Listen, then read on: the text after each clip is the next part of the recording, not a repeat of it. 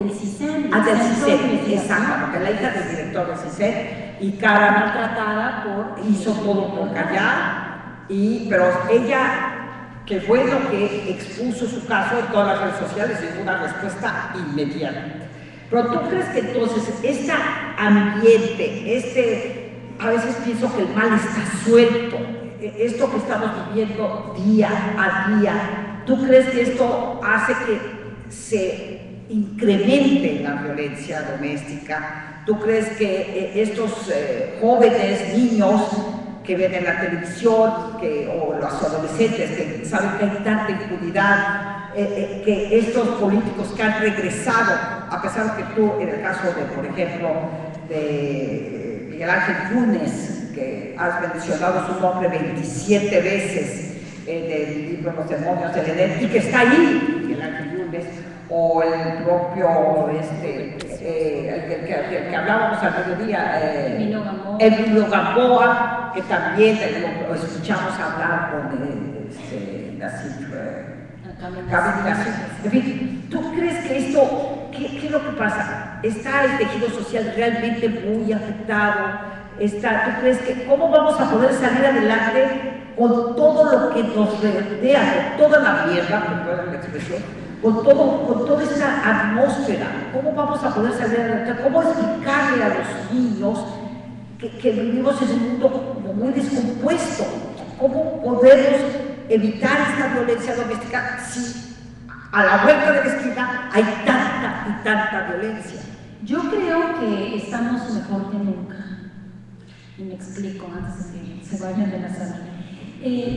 Mira, la violencia en el noviazgo ha existido toda la vida en la historia de manera.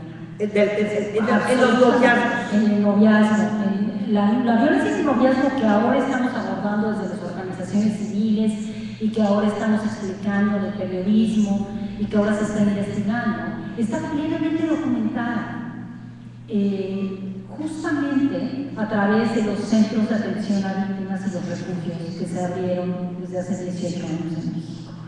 ¿Qué quiero decir con esto? Cuando nosotros hacíamos en el Centro de Atención a Víctimas de Cancún la entrevista inicial a las usuarias de nuestros servicios, igual que lo hacen ahora en los centros aquí en Tamaulipas, se hacen una serie de preguntas que tienen que ver con ayudar a la mujer a que reconozca en su historia de vida las primeras veces en las que detectó comportamientos de su pareja que ella en ese momento no consideraba que eran violentos, pero que ahora que tuvo que huir de esta pareja, empieza a entender que son parte de un entramado de violencia que fue incrementando. Y lo curioso es que la gran mayoría, el 94% de las usuarias de los servicios de atención a víctimas de México, lo que dicen es que las primeras veces que su pareja empezó a hacer controles sobre sus emociones, sobre cómo se vestían, sobre lo que debían de decir, si podían o no ver a su familia, fue antes de casarse. Antes de casarse. Lo que esto nos está diciendo es que no sabíamos detectar, y todavía las mujeres jóvenes y los hombres jóvenes no saben detectar qué comportamientos son los prolegómenos o las actitudes previas al ejercicio de una violencia que se convierte en algo sistemático. Porque la violencia, se nos olvida todo el tiempo, es un ejercicio de poder. Y todos los días, todas las personas que estamos aquí, incluidas nosotras dos, elegimos todos los días si vamos o no a ejercer violencia. Si vamos manejando y alguien se nos atraviesa y le mentamos la madre, estamos eligiendo, aunque sea instintivo, estamos eligiendo si vamos a mentar la madre o no. Si una pareja se pelea y decide llevar hasta el extremo ese pleito y esos insultos, sean hombres, mujeres, o entre hombres o mujeres, o hombre y mujer, está eligiendo ejercer violencia en vez de dialogar. Ahora, no nos han enseñado a dialogar, no nos han enseñado a negociar los conflictos, no nos han enseñado en la casa, no nos enseñan en la escuela, y no nos enseñan en la calle, y no nos enseñan en el poder político. Nadie o casi nadie en este país sabe cómo negociar sus conflictos. Y en la medida en la que no podamos aprender a negociar conflictos, es decir, las diferencias que podemos tener de visiones entre tú y yo, lo que va a suceder es que cualquiera de los dos va a intentar imponer su poder sobre el otro, porque es siempre más fácil imponer el poder que tomarse el tiempo para conocerse, reconocerse y hacer pactos y acuerdos, ¿no? Entonces, me parece que lo que estamos viendo en este momento en el país es que está saliendo a la luz todo esto que durante décadas, durante siglos nos callamos. Y no lo callamos porque antes, basta recordar un documento muy famoso que está en la Biblioteca La Fragua de la Universidad de Puebla, que es magnífico, es uno de los primeros juicios penales que se llevó a cabo en México, en el México colonial, sobre violencia sexual contra una mujer. Entonces, en yo tengo la copia de este documento. El juez lo que dice, determina, en su determinación judicial dice, si es un hombre, si es un español o un hombre mexicano quien viola a una mujer mexicana o indígena, él tiene la razón. Él tiene la razón. O sea, olvídense, ¿no? Si en cambio es un hombre indígena quien viola a una mujer española de la colonia o blanca, entonces ella sí lo puede llevar a juicio.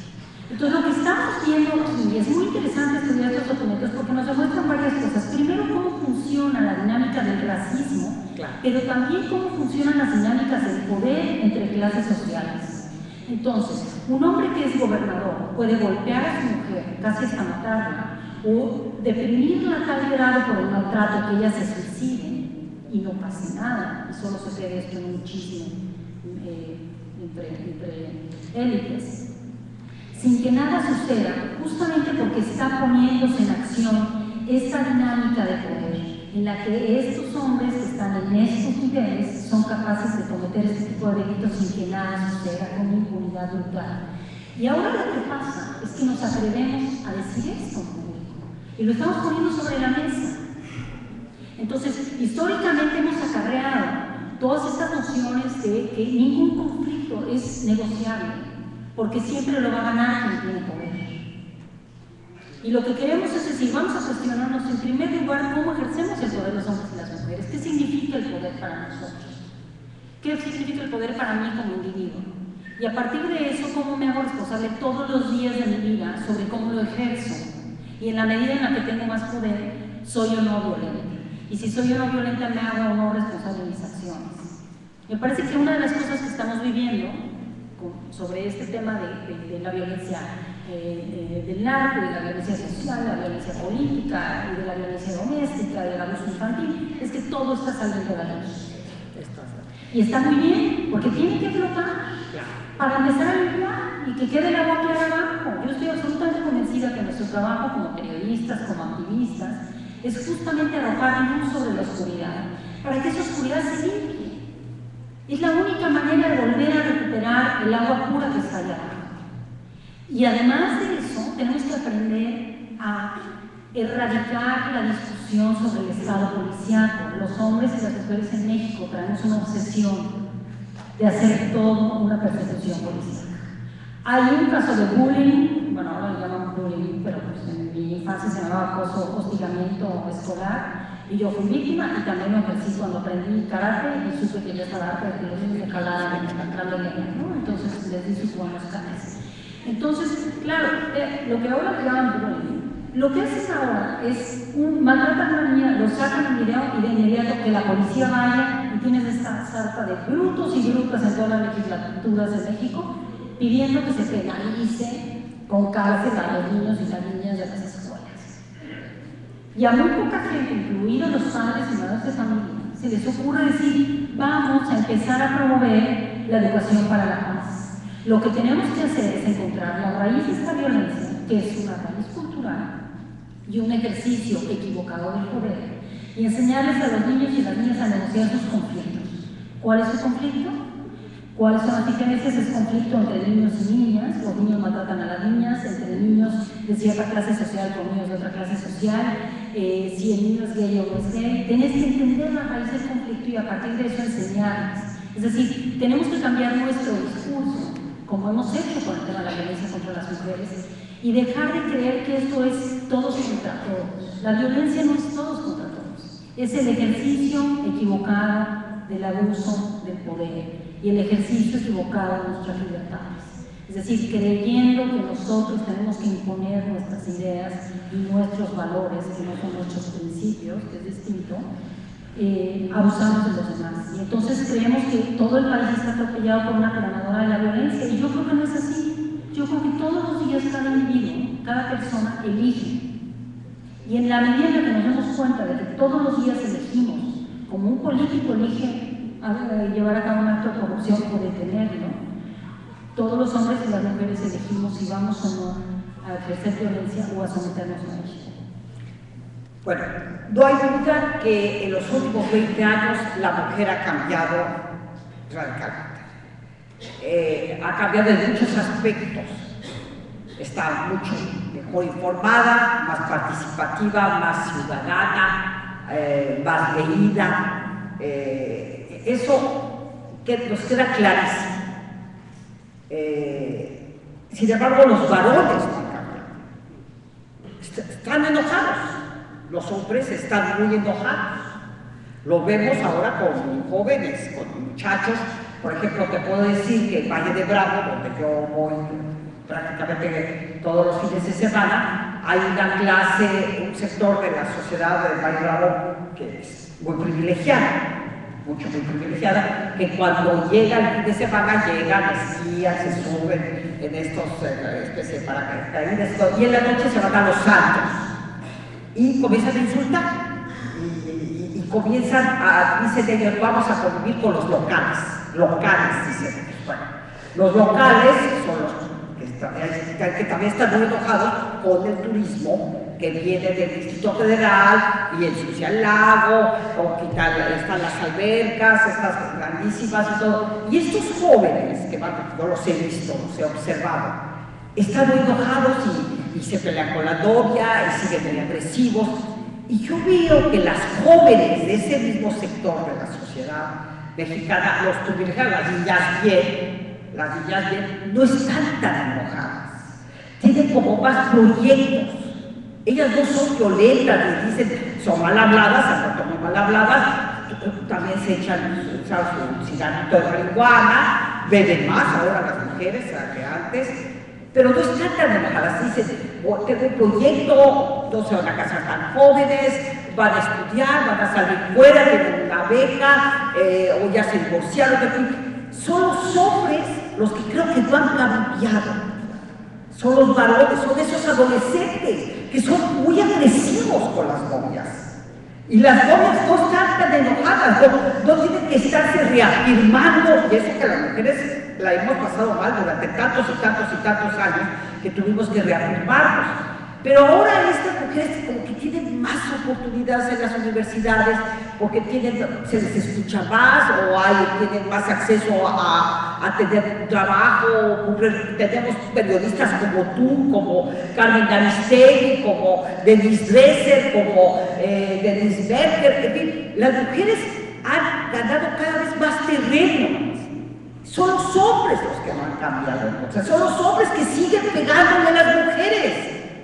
Pero entonces, ¿por qué estas mujeres que están más informadas, que van a las universidades, no los denuncian más? ¿Por qué? No, yo creo que, fíjate que en los centros de atención en todo el país hay cada vez más denuncias de mujeres muy jóvenes. Sí. Si en nuestro centro de atención a víctimas durante 10 años, cada año dimos 33,000 servicios. Y de esos, en los últimos años, el 70% de las denuncias de violencia física, sexual y psicológica eran de mujeres menores de 25 años. Es decir, si hay un cambio radical. En nuestro refugio llegaban a vivir mujeres de 70 años que un día dijeron, ya me harté de este desgraciado, lleva 50 años golpeándome, pero hoy fue la última vez que salieron de su casa y se fueron a vivir al refugio. Y lo mismo que chicas que de pronto decían, está recién emparejada o recién casado, y de pronto decían, esto no es lo que yo quiero, y por ejemplo, chicas que se atreven a decir, descubrí que mi pareja me viola.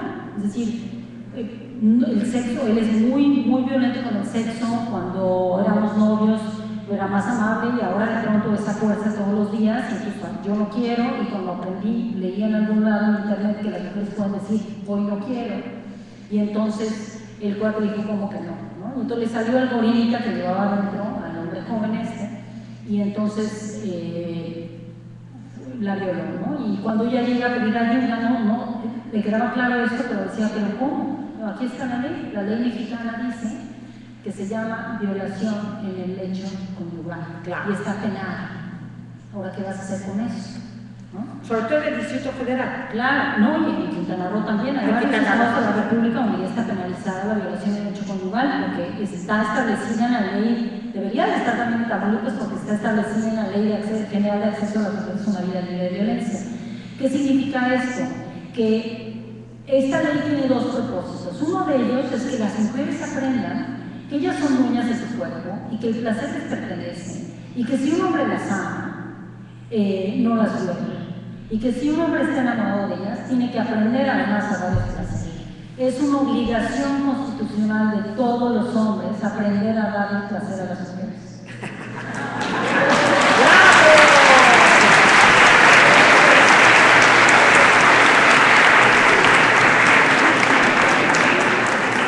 Por eso es una tontería.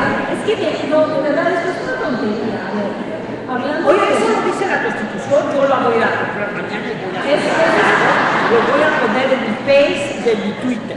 Digamos que mi libre interpretación del derecho constitucional a la libertad. Pero a ver, a los hombres les encanta el sexo, ¿cierto? Sí. A las mujeres nos encanta el sexo, ¿cierto? Así es. Entonces, ¿por qué demonios no estamos gozando mucho más en vez de pasarla mal? Esa es una de las preguntas.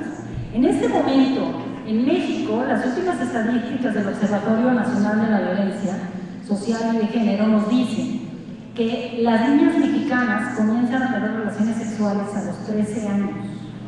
Oye, claro, la mayoría piensan, no, por favor, mi hija es una santa, todas las demás es dentro de la mañana, mi nieta no cuenta.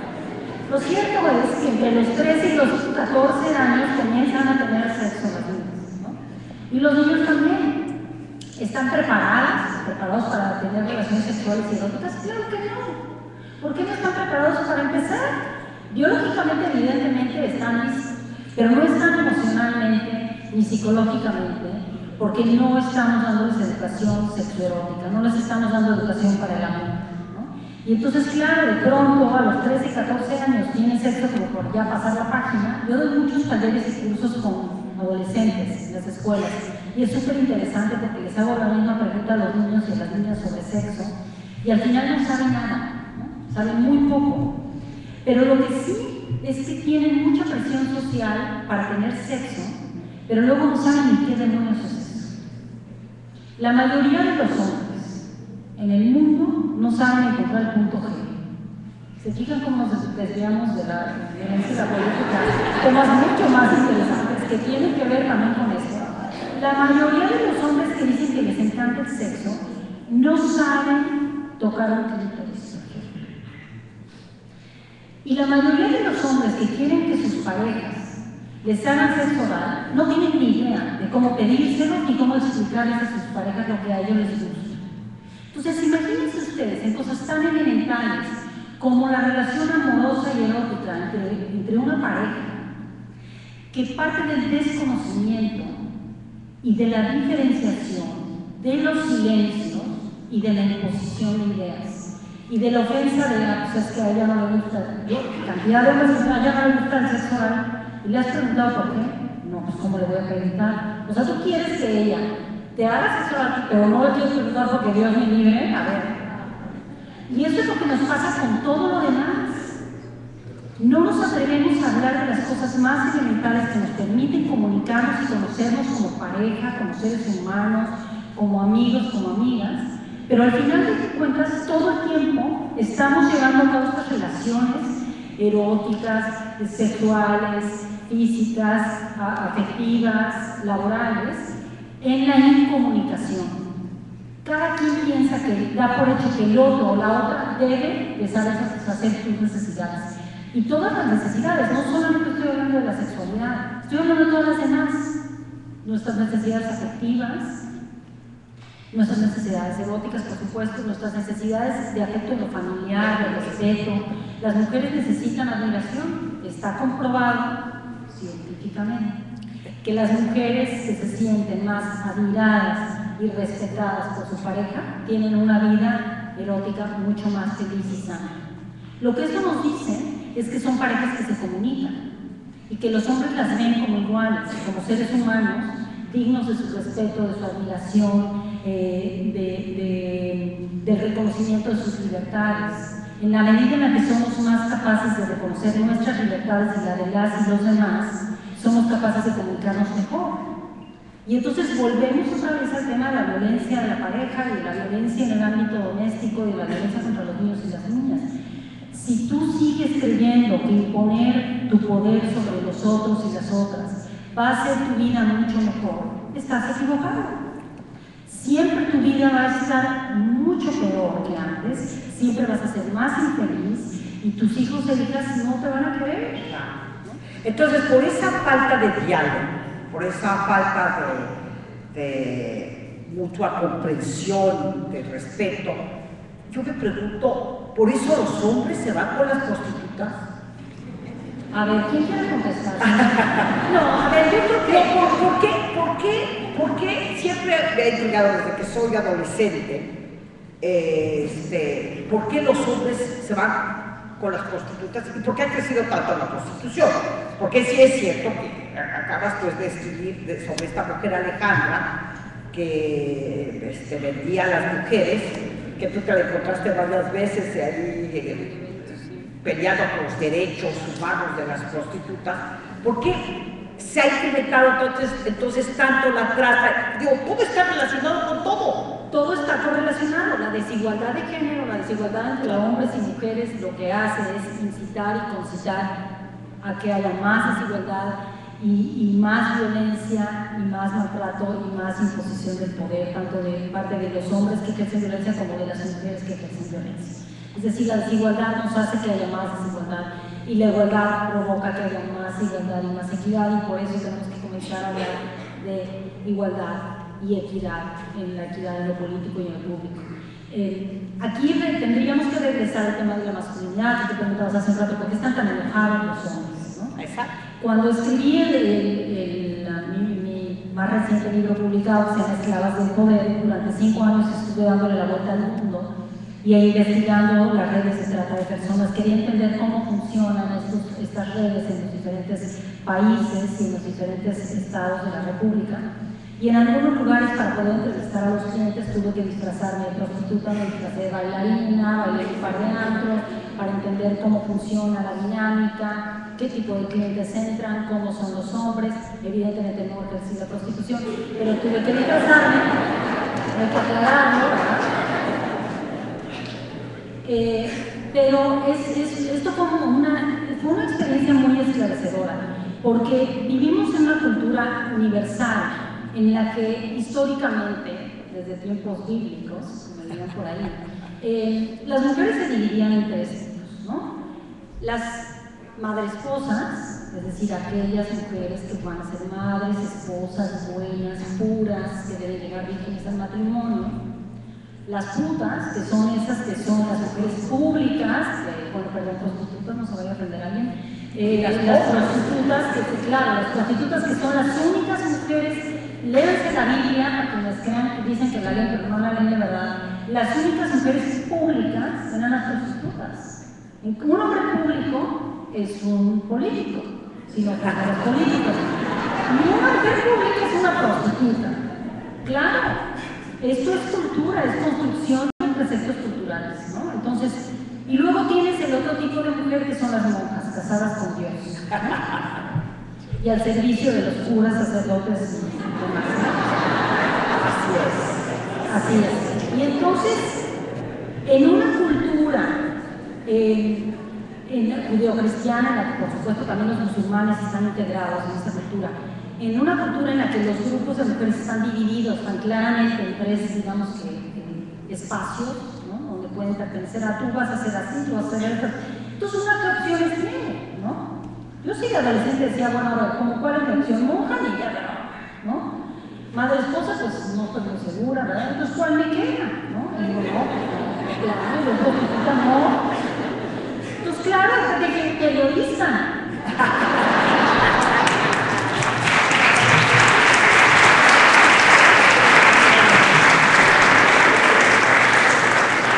Pero bueno, en esta cultura, ¿no? En la que estamos divididos por estratos tan claros, también los hombres están divididos por estratos. Mucho menos claros en ese sentido. Los hombres, si son públicos, pueden ser hombres públicos también bastante facillones, digamos, dueños de la noche, pero no son juzgados por esto, por su promiscuidad sexual. No son juzgados en ciertos ámbitos, porque en otros sí. Pero a los hombres, en la medida que tienen más poder, tienen más posibilidades de salirse con la suya con cualquier tipo de ejercicio de violencia o de abuso. Y entonces, lo que ha sucedido, conforme las mujeres hemos ido cambiando, es que hay hombres que también han cambiado, muchísimos hombres. Y lo que pasa con muchos hombres, que Marina nos explicará más sobre esto, es que de pronto dicen, ok, esa masculinidad machista no es lo mío, ¿no? Yo no voy a ser como mi papá. Yo no voy a ser un hombre mandón, impositivo, que jale las orejas a los hijos, que los maltrate, yo voy a hablar con ellos, yo voy a ser una buena pareja. Pero luego voltean a su alrededor y no tienen modelos de masculinidad efectiva.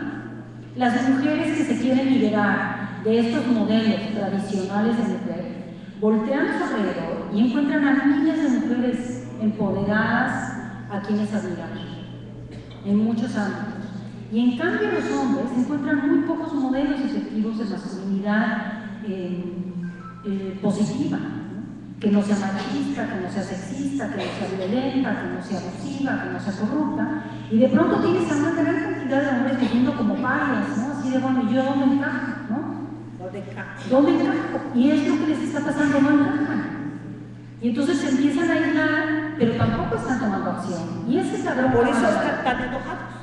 Yo creo que muchos, a ver, hay dos tipos de hombres enojados, ¿no? Hay dos tipos de hombres enojados, según ya me dirán los hombres que están enojados, sí es cierto.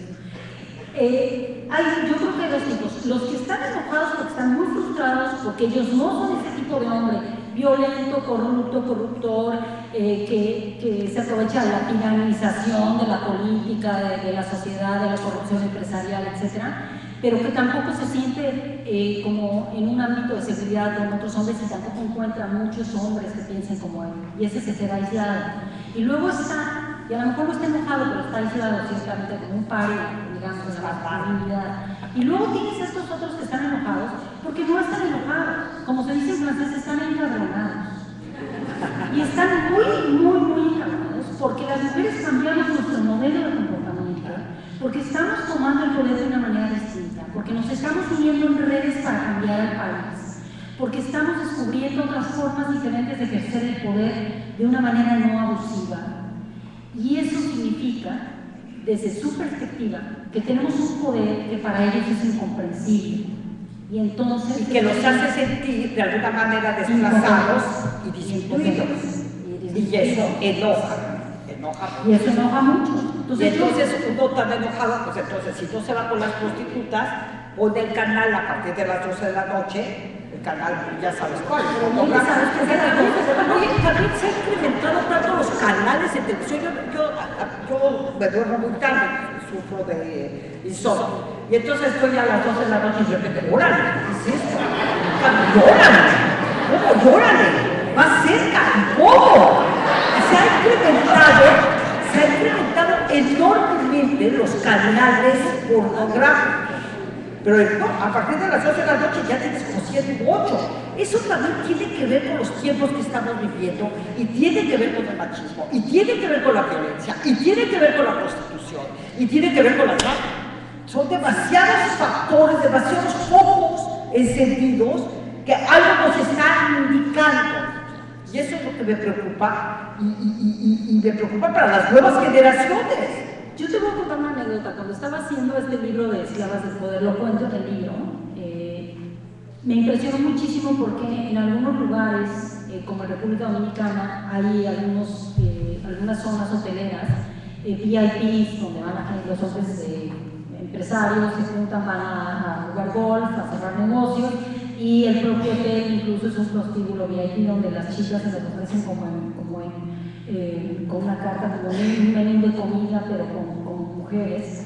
Y entonces es una zona donde hay muchos prostíbulos VIP.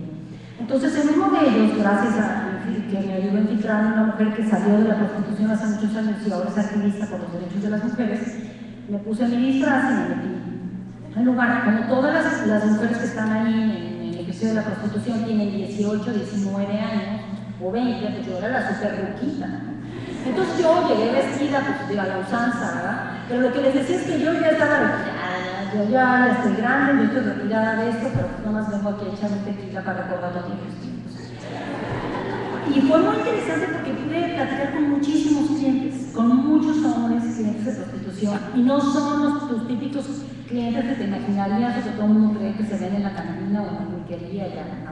Son tu típico político norteño, ¿no? Es decir, más allá de la broma, son estos hombres bien parecidos, arregladitos, de clase media alta, con dinero, que muchos de ellos se cuidan mucho la apariencia, otros hacen ejercicio, europeos, latinos, americanos y canadienses, con dinero, médicos, abogados, académicos. ¿Qué te gusta? Esos son. Y están en estos prostíbulos y entonces con varios de ellos, uno me llamaba la atención porque decía, este cuate, bueno, a ver, podría ser súper buen partido para 2 o 3 de mis amigas, ¿qué hace aquí en el niño? Y claro, el hombre casado, le empiezo a preguntar, y me empieza a contar que está casado, que tiene 2 hijas chiquitas y tal, y entonces le pregunto, ¿y qué haces aquí? ¿No? ¿Y por qué te gusta esto? Y fue muy interesante porque él junto con los otros hombres que estaban ahí, los otros clientes, estábamos ya con los alcoholes, contentos, con las chicas alrededor. Y lo que me contestaban era, es que nos encantan las mujeres latinas. Y con latinas se refería a las mujeres en contexto de prostitución de 18 y 19 años, muy guapas aquí, en sus VIPs, porque ellas sí son obedientes. Las palabras obedientes, las palabras que utilizaban, decía, pero ¿qué te gusta de estas chicas? Que no tenga cualquier mujer que tú te puedes ligar libremente o tu propia esposa. ¿Cómo es eso? Me enseñaban su cartera con las fotos de su esposa y sus hijos, así mujeres. Y entonces, no, pues mira, pues eso es mujeres guapísimas. Y entonces, pues es que las chicas aquí sí obedecen y hacen lo que uno quiere. Y me llamó la atención porque uno de estos hombres, de muchos que entrevisté, algunos yo con cámara escondida en mi bolsa, lo que me contestaron es, lo que estamos hartos, esto con español, me dijo, lo que nos tiene hasta el gorro es que las mujeres crean que tienen derechos y que puedan decirnos qué quieren que hagamos en la cama. Claro, para mí esto es incomprensible. Perdón, si eres un hombre de 40 y tantos años, ¿no? Puedes tener lo que quieres, ¿por qué quieres venir acá? Y entonces entendí, hay un factor muy importante que tiene que ver con la dominación. Son estos millones de hombres que no han cambiado su cultura personal, ni sus valores, ni sus principios, y creen que las mujeres tienen que obedecer. Y su dinámica sexoerótica responde todavía a la dominación. Y una cosa es que una pareja decida juguetear, a que uno domine y la otra domine, a que ellos ya tengan interiorizada esta noción de que la esposa es su propiedad y debe hacer tales o cuales cosas. Y entonces, claro, la respuesta típica es, pero ¿cómo le voy a pedir a mi esposa que haga eso que yo hago con esta chica? ¿No? ¿Y por qué no? Pues no, porque mi esposa no es una puta. Y claro, cuando te contesta eso un hombre de 35 o 40 años, tienes que preocuparte muchísimo. Porque lo que te están diciendo los hombres, lo que me dijeron en todas estas cientos de entrevistas que hice, es que ellos no han cambiado su visión del mundo de sí mismos y de las mujeres. Y entonces, la tarea fundamental es encontrar a hombres que comiencen a liderar movimientos de masculinidad que se atrevan a preguntarse públicamente de esto. Es decir, yo todavía tengo la ilusión de que antes de morir pueda haber un panel en el que yo esté sentada en el público y haya 2 hombres que estén hablando, explorando estos temas a profundidad y se estén preguntando qué pasa con los hombres y que se conviertan en modelos para los otros hombres, modelos de masculinidades diversas y que aprendan a negociar los conflictos y que digan la violencia no está bien, ¿no? Y que no sean estos hombres esquizofrénicos como el de la televisión, este tal Jordi Rosado, que bueno, me parece que habría que quemarlo en todos los foros que existen, porque por un lado a Jordi Rosado le escribe estos libros de educación para adolescentes y de igualdad y tal, luego tiene un programa de lo más machín, de lo más sexista, dice unas cosas absurdas, humilla a las mujeres, se burla de ellas, se hace el machito, y ese es un peligro. Yo prefiero a un macho que venga y me diga, oiga usted, ¿qué le pasa? ¿No? Y yo soy así, soy macho ragado, yo ya sé con quién estoy tratando. Pero como un patán, como tal Jordi Rosado y como muchos otros de estos hombres públicos que creen que hablar de masculinidades de lo superficial hace que las cosas cambien, meten mayores problemas a los hombres jóvenes que admiran a hombres públicos como ellos, ¿no? Entonces, ¿qué necesitamos para los más directores de medios que se paren y hablen de sus emociones y lo hagan con orgullo y no sientan que les van a decir algo porque fueron más emotivos que políticos informales?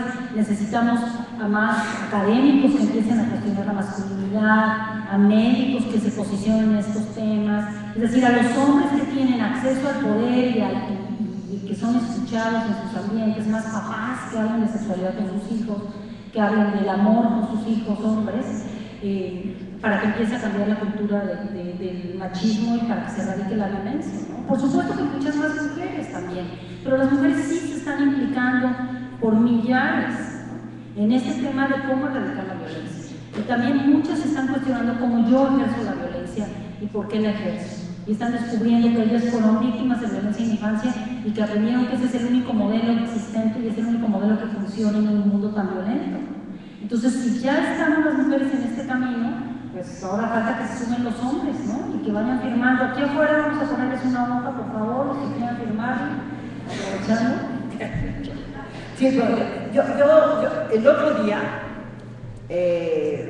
no es que me salga del tema, ni mucho menos, pero sí tiene que ver con el machismo y con la prostitución y cómo los hombres se sienten con derechos de divertirse de mil maneras y cuando viajan. El otro día me habló una amiga muy mortificada y me dijo, oye Guadalupe, fíjate que siento que mi marido anda ahí muy distraído, muy tuyo. Y lo que más me preocupa es el SIDA. Y no me atrevo a decirle que hagamos el amor con condón, porque eso me preocupa, porque viaja mucho, porque lo siento muy disperso, porque me da la impresión que efectivamente va a visitar a estas mujeres, etcétera, etcétera. Entonces le digo, pues ¿por qué no? Entonces me vuelve a llamar, me dice, oye, seguí tu consejo, me fue de la chica. ¿Me pegó? No me pegó, porque dijo que era yo la que estaba distraída, dispersa, y que por eso ahora yo le pedía que se pusiera un condón. Se sintió tan ofendido, tan ofendido, que me la volteó. Y ahora ya no quiere tener relaciones conmigo, porque dice, oye, me parece muy extraño que me estés pidiendo tú que yo me ponga un condón. ¿No serás tú la que andas de traviesa? Entonces, he ahí también un dilema. El dilema de los tiempos que estamos viviendo con estas mujeres, con estos hombres que se sienten con tanto poder, que van y vienen, entran y salen físicamente, ¿verdad? Ya saben a lo que me refiero. Y entonces, ¿cómo pueden las mujeres sentirse en ese sentido seguras, protegidas? ¿Cómo pueden hablar de esto con sus maridos? Yo creo que esa es otra conferencia. No, yo creo que efectivamente, mira, millones de hombres son infieles, pero son infieles con millones de mujeres. Por eso. Y no todas esas millones de mujeres son prostitutas.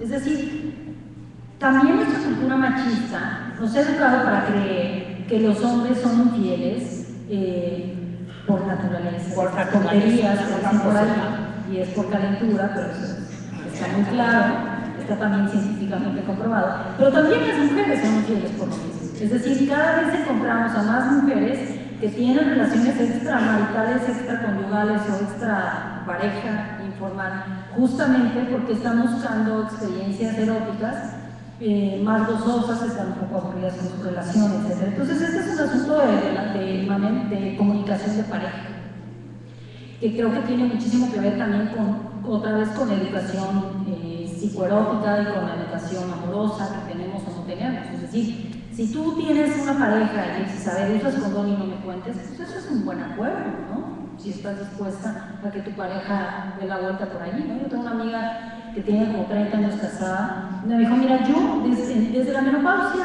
el sexo en verdad me vale gorro, ¿no? Y estoy feliz.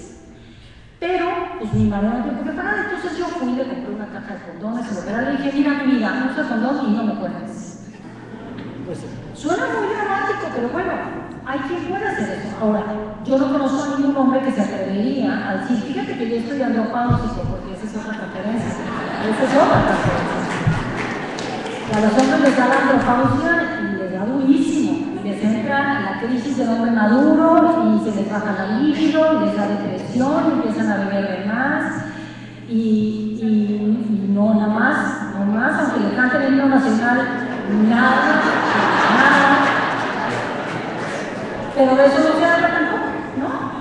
Entonces, bueno, si hay mujeres que dicen, hijo, pues a mi marido con andropausia, ni por dónde, pero yo todavía estoy en la flor de mi edad, yo sí traigo ganitas, ¿no? Entonces, tienen dos opciones, o le dices a mi marido, ven acá, te voy a hacer unos trabajitos y vente para acá, o voy a usar condón y no te cuento. Pero esos son las cosas que uno tiene que aprender a hacer de pareja, sobre todo en la edad madura, ¿no? Yo creo que todo este tema de la infidelidad, yo no la relaciono con la prostitución de ninguna manera. Me parece que la infidelidad se relaciona directamente con que las parejas no son capaces en general de darle vuelta como a la pasión en sus relaciones. Generalmente las revistas estas horrorosas que femeninas recargan toda la responsabilidad de la vida erótica a las esposas, ¿no? Por un lado te dicen que no se necesita, ¿no? Por un lado no, tú eres la madre esposa, tú virginal, ¿no?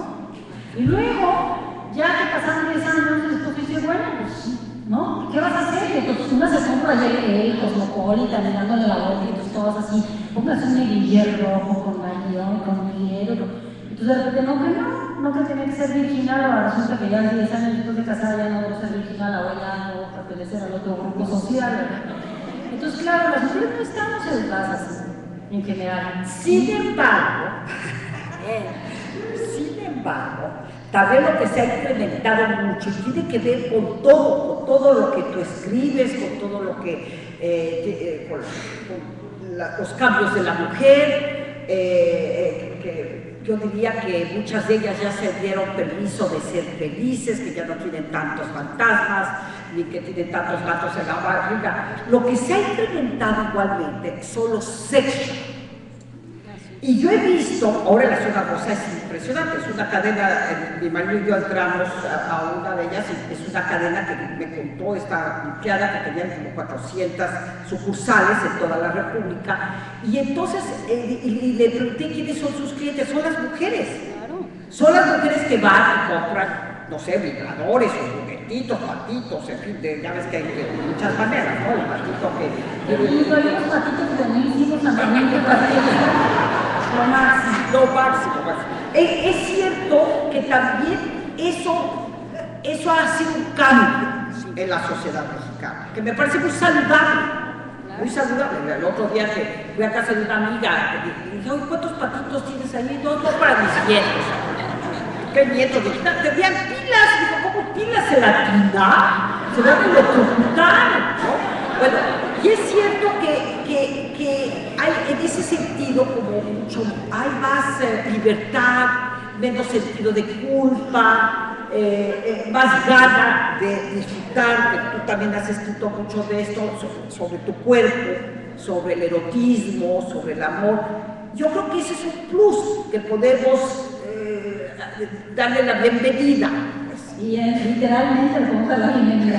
Pero no, claro que sí, por supuesto que la libertad, a ver, el reconocimiento de nuestros derechos sexuales y reproductivos no quiere decir solamente que digamos tenemos derecho a decidir cuántos hijos queremos y cuándo los queremos y si queremos o no tener sexo, sino es cómo queremos tener sexo, con quién queremos tener sexo, cuándo y de qué manera y qué derecho tenemos a explorar, a leer, a instruirnos, a explorar. Me parece que eso es algo que está sucediendo y que es maravilloso con las nuevas generaciones e incluso con nuestras generaciones, que estamos dejando muchos lastres que tienen que ver con estas libertades. Y dejar esos lastres atrás mejora, pero absolutamente las relaciones afectivas y amorosas con nuestras parejas. Y en la medida en la que las mujeres aprendemos a tener una vida erótica más sana, también empezamos a desarrollar una vida amorosa. Eso también tiene que ver con el empoderamiento de las mujeres. Claro que sí. Con la libertad de las mujeres, con es decir, el ejercicio de decidir sobre tu cuerpo para justamente disfrutar más el amor. Yo creo que en eso sí ha habido cambios. Muchísimos y radicales, yo creo que sí. Y además, que ese es otro ámbito donde las mujeres empezamos a ganar espacios y los hombres no. Y es otra vez, volvemos al retraso que tienen los hombres. Y eso es gravísimo, porque las mujeres no solamente estamos logrando educarnos en el sentido de nuestra vida erótica y sexual de una manera más sana, aprender a cuidarnos de las enfermedades de transmisión sexual, aprender a disfrutar, no importa la edad que tengamos, sino lo que está sucediendo es que estamos más conscientes de nuestro cuerpo. Entonces las mujeres nos cuidamos 300% más que los hombres. Y entonces al Estado mexicano le cuesta mucho más barato atender a una mujer que a un hombre, aunque ustedes no lo crean. Porque los hombres, por la falta de conocimiento de su salud sexual y reproductiva, no llegan al hospital sino hasta que se están muriendo de un infarto, ya agotados por el estrés laboral y por el sobrepeso y por el exceso de carbohidratos y chelas y tacos y demás y fritangas, y no se cuidan sino hasta que ya están en situación de emergencia, y el costo para el Estado es mucho más elevado en términos de la salud de los hombres que de las mujeres. Entonces, cuando estamos hablando de equidad y de igualdad, también estamos hablando de eso. Pero, ¿no se escucha bien? Ah, gracias. Sí. También estamos hablando de equidad y de igualdad sobre la masculinidad, es decir, ¿qué necesitan hacer los hombres mexicanos? Muchachos, sacan pluma y lápiz, por favor. No, ¿qué necesitan hacer los hombres mexicanos para comenzar a encontrar a las mujeres que estamos aprendiendo todo esto en el camino? Una de las cosas más importantes es empezar a cuidar su salud, conocer su cuerpo, conocer su organismo. Una cosa es tener mucho sexo y otra cosa es tener buen sexo. Una cosa es tener mucho sexo y otra cosa es tener salud sexual y reproductiva. La gran mayoría de hombres, cuando son niños, no reciben ningún tipo de educación amorosa ni de educación erótica. O sea, todavía hay padres, afortunadamente ya hay papás más jóvenes que son mucho más inteligentes, pero todavía hay papás que cuando la mujer le dice, oye, habla con tu hijo, habla con el chamaco de sexo, ¿no? Ya tiene 12 años y está hablando de eso. Y llega el papá con el fondo le dice, hijo, mire, te voy a decir cómo se le pone. Ábralo y póngase, ¿no? Y a la mujer no se le toca ni con el pétalo de una rosa. Entonces el niño dice, ¿y qué hago con mi pene, papá? Ni con el pétalo de una rosa. Y esa es la educación sexual que se le sigue dando. Esa es la educación sexual que les estamos, bueno, yo no, pero que les están dando muchos papás a sus hijos. Bueno, ¿qué necesitan los hombres? Ilustrarse sobre eso, educarse a sí mismos y empezar a educar a los hombres jóvenes, porque tienen que educar. La salud sexual y reproductiva está, como tú bien dijiste, directamente vinculada con los afectos y con la salud amorosa, con el amor al cuerpo, con el cuidado del cuerpo. Y en la medida en la que los hombres se cuiden más a sí mismos, aprenden también a educar a los niños para que se cuiden más, para que se amen a sí mismos. Y en la medida en la que tenemos una salud erótica y afectiva más sana, entonces la relación entre los hombres y las mujeres mejora radicalmente. Y estos son los temas que hay que empezar a tocar cuando hablamos de violencia. Entonces la mujer se tiene que liberar. Esa es la conclusión de Guadalupe, que la mujer se tiene que liberar más, ¿no? Claro que sí.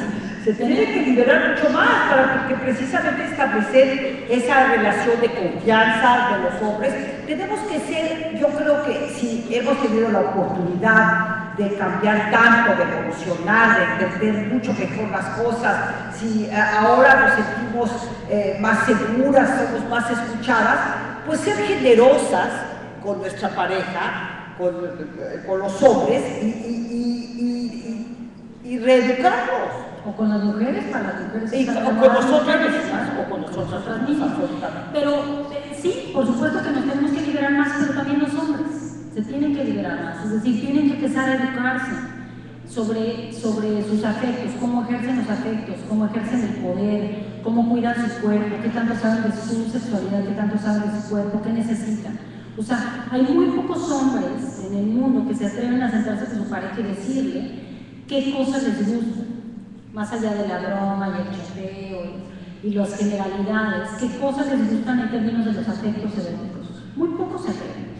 Y entonces, claro, de repente dices, pues es que mi vieja no me entiende y a mi vieja no le gusta, pues yo me voy a ir mejor con una chava. Pues no, es que es una profesional. Pero ¿qué tal si tú te conviertes en profesional de tu cuerpo y de tu placer y lo platicas con tu pareja y entonces los dos le van a pasar a todo dar, ¿no? Entonces, otra vez volvemos a que no somos capaces los hombres y las mujeres de entender que la equidad pasa por comunicarse y por entender que en la medida en la que yo te pueda dar más placer a ti, tú me vas a dar más placer a mí. Y mientras más placer hay, menos violencia hay. Y entonces me parece que esos son los temas de los que tenemos que hablar cuando hablamos de la no violencia también. Eso es lo que sería lo ideal, esa igualdad de género que tanto estamos buscando y que todavía parece que está muy lejos. Yo creo que es paulatino, todo acercamiento a cualquier progreso social pasa por aproximaciones sucesivas, es decir, estamos mucho mejor de lo que estábamos hace 20, 30, 40 años, pero todavía no llegamos al oriente, podremos estar dentro de 50 más, ¿no? Entonces la idea es que aprendemos aquí en un colectivo como este y que podemos llevarnos a nuestro contexto de lo político, de lo público, de lo privado, de lo familiar, de lo escolar y empezar a sembrar estas nuevas ideas, decir, a ver, cuáles son las preguntas que tenemos que comenzar a hacernos cuando hablamos de violencia contra las mujeres o de violencia en las escuelas o de abuso sexual infantil. Ya tenemos el diagnóstico, ya entendimos, me parece que toda la gente que está en este salón ya entiende que hay un problema monumental de violencia contra las mujeres y las niñas. Una gran cantidad de personas en el mundo entiende que la gran mayoría de abusadores sexuales fueron abusados en la infancia. Y ya lo entendemos, el diagnóstico ya está. Claro, la gente se va a echarle otra conferencia sobre derechos de la mujer. Y entonces el tema es, ahora qué preguntas nuevas nos vamos a comenzar a hacer para empezar a cambiar nuestro propio diálogo. En la familia, en la escuela, en el instituto, en la política, en el periódico. ¿Qué preguntas nuevas vamos a hacer? ¿Qué tipo de reportajes vamos a hacer para preguntarle a la gente cómo se mira a sí misma, cómo se ven los hombres a sí mismos? Yo no he visto un solo buen reportaje sobre masculinidad en este país en un periódico de importancia, ni uno solo. No es indirecta, pero no hay. Es decir, ¿qué están pensando los hombres mexicanos? ¿Cómo ven las relaciones amorosas? ¿Cómo ven el sexo? ¿Qué piensan de las mujeres? ¿Qué piensan de sí mismos? Pueden hablar sobre todas estas cosas más allá del choteo en la cantina, ¿no? Y quisiera hacer un pequeño ejercicio, si me permiten, y es, les voy a pedir un favor, todas las personas en esta sala que conocen a alguien que fue abusada en su infancia, ¿se pueden levantar? ¿Se pueden levantar? Todas las personas en esta sala que conocen a alguien que fue abusada en su infancia, abusado, golpeado, maltratado, golpeado, abusadas en su infancia. Abusadas sexualmente. Todas las personas que conocen a una mujer que ha sido maltratada, no se sienten, fíjense, las castigas, todas las personas que conocen a una mujer que ha sido maltratada a lo largo de su vida, ¿se pueden levantar? Que conocen de cerca, de lejos, la prima, la amiga. Todas las personas que se han enterado de alguien que haya sido víctima de violencia por corrupción, ¿se pueden levantar?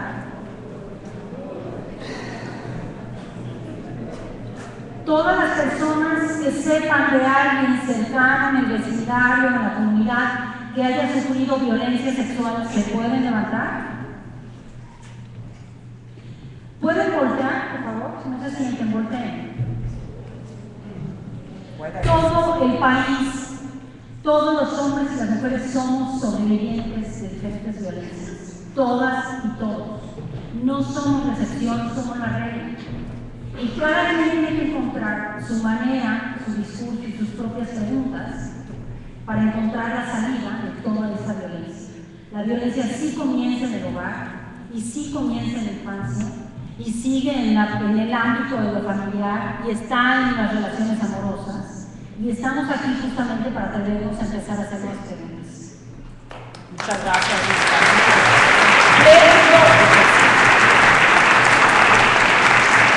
espléndido ejercicio, el cual fue más revelador que cualquier otra cosa, y es un tema que no se acaba. Ahí están los libros de Lidia Cacho, ahí están sus artículos en el Universal. Por salud mental, yo les recomiendo que la lean para acercarse a la realidad de nuestro país, acercarse a la realidad del mundo, porque no nada más en nuestro país, sino en el mundo entero. Y este público, este auditorio, me pareció una sinceridad, una honestidad, y los felicito muchísimo. No me sorprende que siempre que vuelva a Laredo, no me sorprende que exista un instituto de la mujer, no me sorprende que un periódico tan plural, tan demócrata, cumpla 90 años. Muchas felicidades.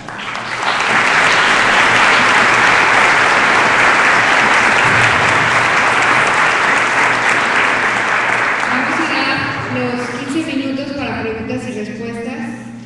Quienes quieran participar, pues ya levantando la mano para acercarse con los micrófonos. Y al terminar esta sesión de preguntas y respuestas, los invitamos a que anoten, dejen sus comentarios a la salida de unos libros que están por ahí. Y además, pues invitarlos a que sigan participando en estas conferencias, en estas pues charlas tan interesantes, celebrando los 90 años del periódico, y mañana, por supuesto, en este panel que está organizado por el Instituto Municipal de la Mujer. Muchas gracias. Y bueno, se quedan en las preguntas y respuestas.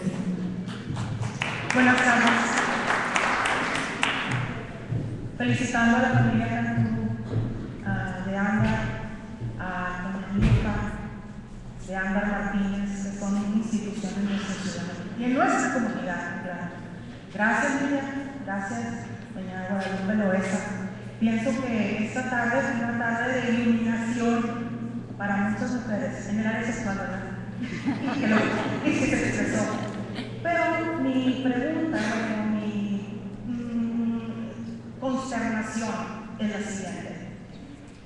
¿Hay hombres machos, hombres violentos, porque son educados como mujeres machas?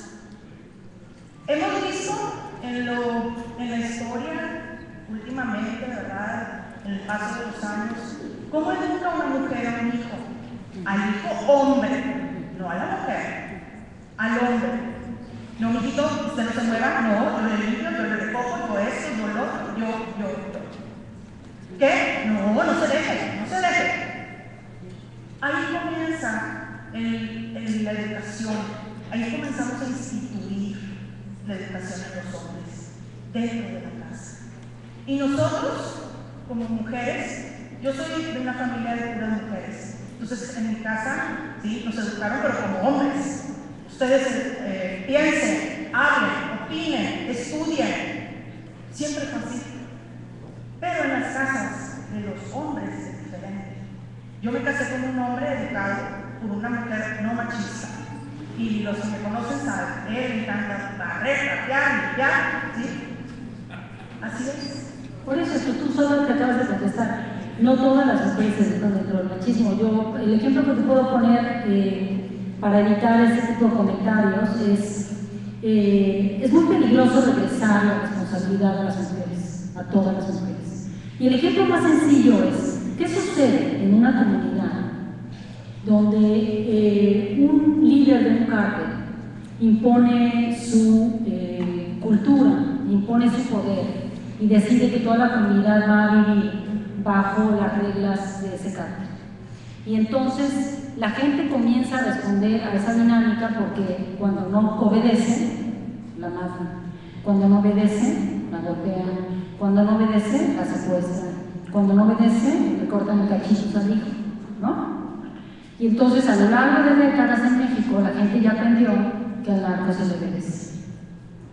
¿Estaremos de acuerdo en términos generales? Bueno, lo mismo ha sucedido durante siglos con el patriarcado. Históricamente, a las mujeres nos han dicho, y estoy hablando de nuestras bisabuelas y las tatarabuelas y las tatarabuelas, a los hombres se les obedece, y la que no obedezca, se le cortan cachitos, y se le quema en la pira, y se le mete a la cárcel, y se la viola, y se la golpea, y se la encierra, y se le mete en el manicomio, o se le guarda con las monjas de la caridad del cobre, ¿no? Bueno, a lo largo de los siglos, las mujeres aprendieron que lo mejor que podían hacer era someterse a estos valores patriarcales, porque no hay salida. Y justamente lo que hemos logrado y lo que hemos hablado el día de hoy es que hace décadas que las mujeres descubrimos que sí hay salida y empezamos a salirnos de esa educación patriarcal. Y por eso, como dijo Guadalupe, hay hombres tan enojados, no todos los hombres, pero los hombres que están defendiendo estos valores patriarcales, como lo mismo que el narco en sus ranchos defiende sus valores narco, esos hombres están muy enojados y las están matando por miles en todo el país. Y por eso aumenta el feminicidio, ¿no? Entonces, cada vez que una mujer la golpean, la arrastran, la matan y la encierran, el mensaje es: si tú te sales del guacal, vas a terminar como ella, cuidado. Y lo que le está pasando es que miles y miles de mujeres están descubriendo que, como las educaron sus madres y sus abuelas, era la única forma posible de ser educadas. Y que ahora se pueden cambiar las dinámicas familiares. Para que tú cambies tu dinámica familiar y te salgas de ese discurso, necesitas tener libertad. ¿Por qué no juzgamos tan duramente a un hombre de un pueblo que está sometido al narco, y si juzgamos tan duramente a todas estas mujeres que en este contexto machista se ven obligadas a educar a sus hijas, porque de otra manera saben que sus hijas van a sufrir terriblemente y no conocen otra cultura que no sea la machista? Por eso estamos aquí, para eso existen los institutos de la mujer, por eso los medios hablan de otras formas de ser mujeres, por eso hablamos del empoderamiento de las mujeres, porque todavía hay millones de mujeres que necesitan aprender nuevas dinámicas educativas y las mujeres no lo hacen solas. Cada vez que una mujer me hace la pregunta que tú me estás haciendo, la pregunta que yo le hago de regreso es: ¿y dónde están los hombres que educan? El hombre ausente, el padre ausente educa con su ausencia, y lo que dice es: mi lugar es lo público y no lo privado, ¿no? El hombre ausente, el hombre maltratador, educa con su maltrato y dice: aquí mando yo y ustedes obedecen. El hombre que es violento y que es corrupto educa con su actitud todos los días, aunque no sea buen padre. Entonces tenemos que tener mucho cuidado. Sí hay mujeres que reproducen el machismo, lo hemos estado diciendo a lo largo de toda la jornada. El tema es cómo podemos reeducar a los hombres y mujeres para dejar de reproducirlo. En la medida en que hay mejores condiciones para las mujeres y las niñas tienen mejores posibilidades de salir de un entorno de violencia, las mamás las educan de una manera distinta. Por eso es tan importante que las mujeres de poder reivindiquen el poder de sus propias hijas. Hay una doble tarea. Cuando tú eres madre de una hija que tiene educación y posibilidades, debes empoderarla todavía más para que ella se convierta en un ejemplo. Pero hay que tener mucho cuidado no juzgar a las mujeres que no pueden salir de ese entorno y que no tienen todavía las herramientas. Para eso estamos aquí, para acompañarnos en la educación. Gracias.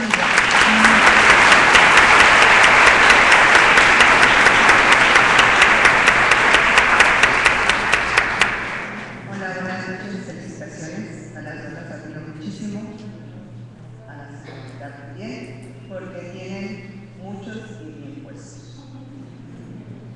Tú que has viajado, has de saber que últimamente las encuestas en Europa están revelando datos alarmantes de que en países, por ejemplo, como Dinamarca, es uno de los principales en violencia contra las mujeres, extrañamente algo por lo que se podría suponer que es un país altamente económicamente bien, educadamente bien. Entonces a veces tenemos impresiones contrarias a lo que se puede suponer. Cuanto más un país, entre comillas, en vías de desarrollo como nosotros aquí en México. Entonces los estereotipos a veces están mal encaminados. Y como dices, es cuestión muchas veces religiosa, muchas veces de educación. Y hablando hoy con un amigo que tiene un doctorado, su hija acaba de cumplir 15 años, estábamos hablando de por qué no le ponen la vacuna del papiloma, me está diciendo que no. Digo, ¿cuándo vas a hablar con ella de educación sexual? Está muy chica. Hello.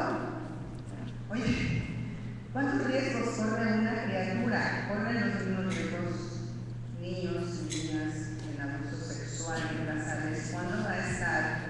Independientemente tú nunca puedes estar detrás de tus hijos todo el tiempo. Ahí empiezan los problemas. En educación sexual. Yo trabajé con niños de la calle hace muchos años con el padre Chinchachón, ustedes recordarán al padre Chinchachón en la Ciudad de México, tenía un programa muy activo.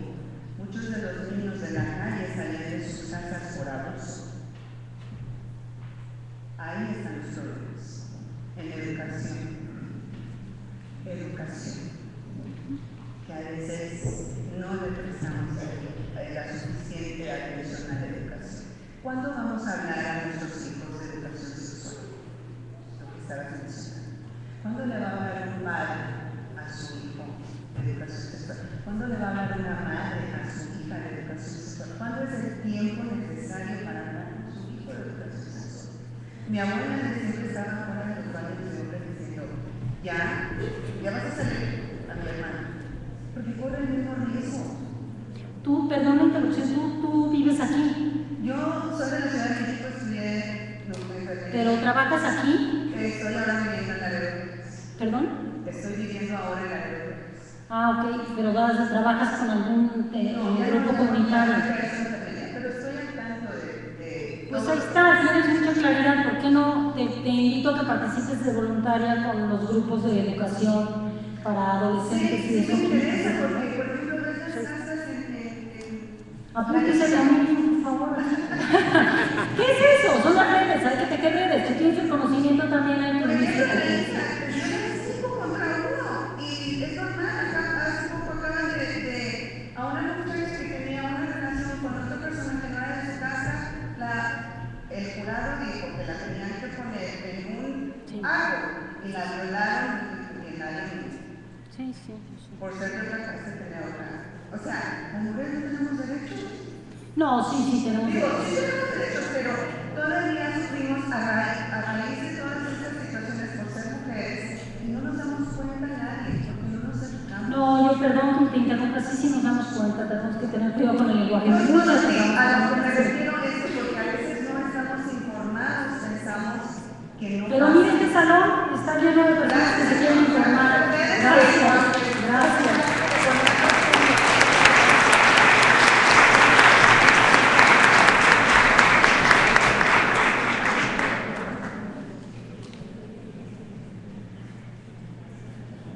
Buenas noches. Primero que nada quiero felicitar a la casa editorial, a la familia de mi hija. Quiero felicitarlas a ustedes que son, soy fan asidua de sus páginas de las redes sociales. Y nada más quiero hacerles una pequeña pregunta. Podemos hacer como sociedad, modificar conductualmente las diferencias anatómico-funcionales y de género que existen para ejercer el poder responsable, ya que como sociedad somos responsables de permitir que otra persona ejerza cualquier tipo de violencia sobre cualquiera una de nosotros, ¿verdad? Entonces, ¿cómo hacer? Tratar de buscar soluciones, porque de eso ya estamos enterados, ¿verdad? Ya hay mucha información. Yo creo que aquí lo que debemos hacer es empezar a trabajar, ¿verdad? Y poner límites. Yo creo que hay mucha gente, habemos muchas personas, la mayoría podría apostar que hace algo o ha hecho algo por su comunidad y por eso es lo que estamos aquí. Sí, yo lo único que te diría es las funciones anatómicas no tienen nada que ver con la construcción de género. La construcción de género es parte de una noción cultural de lo que significa de lo femenino y de lo masculino, y un poco como sobre eso estamos discutiendo, pero otra vez lo mismo, supongo que trabajas con estos temas y si, me imagino por cómo te expresas, y bueno, pues aquí tenemos el instituto al que necesitan muchas más voluntarias y voluntarios para trabajar en estos temas. Hay mucho camino por andar, pero también creo que hemos logrado muchísimo. Y también tenemos que detenernos a reconocer los logros que hemos tenido, porque si no, de pronto, esta noción guadalupana mexicana de estarse azotando todo el tiempo de todo lo que nos falta por hacer, nos impide ver el camino andado, ¿no? Gracias. Pues muchísimas gracias por su asistencia. Nos esperamos en todas las conferencias en este aniversario de la 90 de mañana. Pero además, invitados, aquí a la salida hay libros donde van a estar las autoras firmando, Lidia Cacho. No olviden sus comentarios y muchísimas gracias por su asistencia.